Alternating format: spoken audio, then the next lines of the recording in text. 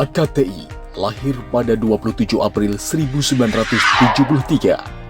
Didirikan oleh 14 organisasi penghasil pertanian utama. Heru Suprapto bersama-sama Martono, M. Ismail, dan Siswono Yudohusodo. HKTI bertujuan 1. Meningkatkan kapasitas harkat, martabat, dan kesejahteraan insan tani, penduduk pedesaan, serta pelaku agribisnis lainnya. 2. Menghimpun insan tani dalam organisasi berdasarkan kesamaan komoditas usaha tani. 3. Mempercepat pembangunan pertanian dan menjadikan sektor pertanian sebagai basis pembangunan nasional. KTI memiliki doktrin Trimatra yang mengandung pengertian 1. Insan tani Indonesia berhak memiliki lahan pertanian dan pengairan yang memadai. 2. Insan tani Indonesia berhak dilindungi kesejahteraannya. 3. Bangsa Indonesia berdaulat di bidang pangan. Dalam kurun waktu tersebut, HKTI sudah banyak berperan dan membangun pertanian dan meningkatkan kesejahteraan petani Indonesia. Namun, semakin dewasa usia HKTI saat ini, peran dan kontribusi HKTI untuk memakmurkan petani dan membangun kedaulatan pangan nasional harus semakin besar lagi. Potensi pertanian di Indonesia ke depan memiliki peluang yang luar biasa sesungguhnya. Untuk itu, kalau kita kelola dengan sungguh-sungguh dengan baik, dengan tidak meninggalkan aspek teknologi dan inovasi, maka sebenarnya sebuah potensi yang sangat lebar bagi Indonesia untuk bisa berkembang, bisa memengaruhi dunia bahkan dalam konteks kesiapan dan ketersediaan pangan dunia. Perlu kita membantu mereka untuk bagaimana mendapatkan sebuah market yang cukup memadai dari hasil keringat yang dia lakukan selama musim panen itu. 5 hal ini perlu dirubah, di mana dari cara-cara tradisional harus menuju pada teknologi minded, yaitu bahwa tanpa teknologi maka produktivitas petani tidak akan mendapatkan sesuatu yang berarti. Yang harus kita lakukan adalah bagaimana mengeliminasi berbagai persoalan yang dihadapi oleh para petani itu. Sehingga kehadiran HKTI dimanapun, mereka harus bisa menjadi tempat untuk bertanya, menjadi partner strategik bagi para petani itu sendiri, dan juga bagi pemerintah. Sehingga kesulitan-kesulitan para petani itu bisa kita komunikasi. KTI sendiri, dia harusnya memiliki satu pasti pada pemerintah sebagai advokasi. Beberapa advokasi yang perlu menjadi perhatian, yaitu benih produk, benih unggul. Nomor 2, pupuk selalu ada. Sebetulnya tidak perlu itu, tapi terjamin selalu ada di lapangan. Ya. Nomor 3, bahwa para petani kita adalah light banking. Harus bisa diakui. Harus bisa di light banking. Sehingga mereka dapat mendapatkan pembiayaan perbankan. Lahan pertanian bisa dibagi hasilkan. Artinya kerjasama dan kemitraan dengan pemilik lahan pertanian. Maka HKTI juga harus bisa mampu memotivasi para petani muda Indonesia. Mengapa? Sudah sedikit sekali generasi muda kita itu melirik pertanian.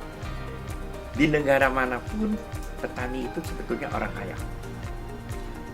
Ya, salah kalau di Indonesia bahwa petaninya adalah orang miskin. Jadi, saya kira ini tantangan dari HKTI ke depan.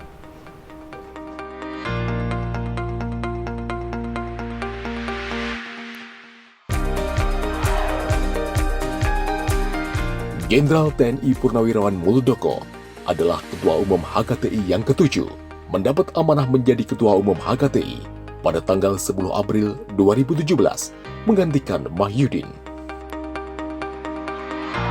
Ia menjadi pimpinan HKTI periode 2017-2020. dan sudah mendapat pengakuan dan pengesahan surat keputusan dari Menteri Hukum dan HAM. HKTI hadir dengan tujuan meningkatkan kapasitas, harkat, martabat, dan kesejahteraan insan tani, penduduk pedesaan, serta pelaku agribisnis lainnya, menghimpun insan tani dalam organisasi berdasarkan kesamaan komoditas usaha tani, mempercepat pembangunan pertanian, dan menjadikan sektor pertanian sebagai bisnis pembangunan nasional. HKTI tidak melakukan politik praktis. Politik HKTI adalah membangun kedaulatan pangan, memakmurkan petani, dan menjadikan petani kaya. Jangan pernah ragu untuk berkarya dan bekerja memakmurkan petani dan membangun pertanian Indonesia, tegas Jenderal Muldoko. HKTI membangun program pengembangan sektor pertanian, mulai dari benih, pupuk, teknologi pertanian, hingga membuka pasar dengan menggandeng perusahaan besar sebagai off-taker. Benih varietas padi unggul M70D dan M400 yang dikembangkan HKTI bersama M-Tani kini sudah banyak ditanam oleh masyarakat di berbagai daerah dengan hasil produksi yang lebih tinggi. Di bidang inovasi teknologi, HKTI juga mengembangkan drone untuk membantu penyebaran pupuk, pemberantasan hama, penyiraman, dan monitoring areal petani, dan banyak program lainnya yang dilakukan HKTI di daerah. Kita berharap dan terus berupaya HKTI menjadi lebih besar, baik dari sisi organisasi maupun peran dan kontribusinya bagi petani dan pertanian Indonesia. HKTI harus menjadi bridging institution bagi petani dan menjadi mitra strategis pemerintah dalam pembangunan pertanian, tutur Panglima TNI Muldoko. Kepengurusan HKTI sejak 1973-2018 didirikan pada 27 April 1973 oleh 14 organisasi penghasil pertanian utama. Munas ke-1 periode 1979-1984 dengan Ketua Umum Martono. Munas kedua periode tahun 1984 hingga 1989 dengan Ketua Umum Martono. Munas ketiga periode tahun 1989 hingga 1993 dengan Ketua Umum Martono. Munas keempat periode tahun 1993 hingga 1999 dengan Ketua Umum Haji M. Ismail. Munas kelima periode tahun 1999 hingga 2004 dengan Ketua Umum Dr. Insinyur Siswono Yudhoyono. Munas ke-6 periode tahun 2004 hingga 2009 dengan Ketua Umum Prabowo Subianto. Munas ke-7 periode tahun 2010 hingga 2015 dengan Ketua Umum Dr. Usman Sabta dan telah mendapat pengesahan dari Kementerian Hukum dan HAM Republik Indonesia. Munas ke-8 periode tahun 2015 hingga 2020 dengan Ketua Umum Mahyudin.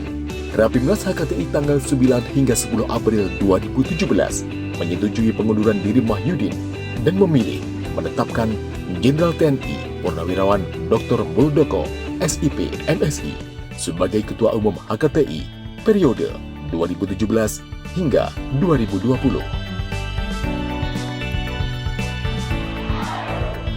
HKTI bangkit, petani makmur.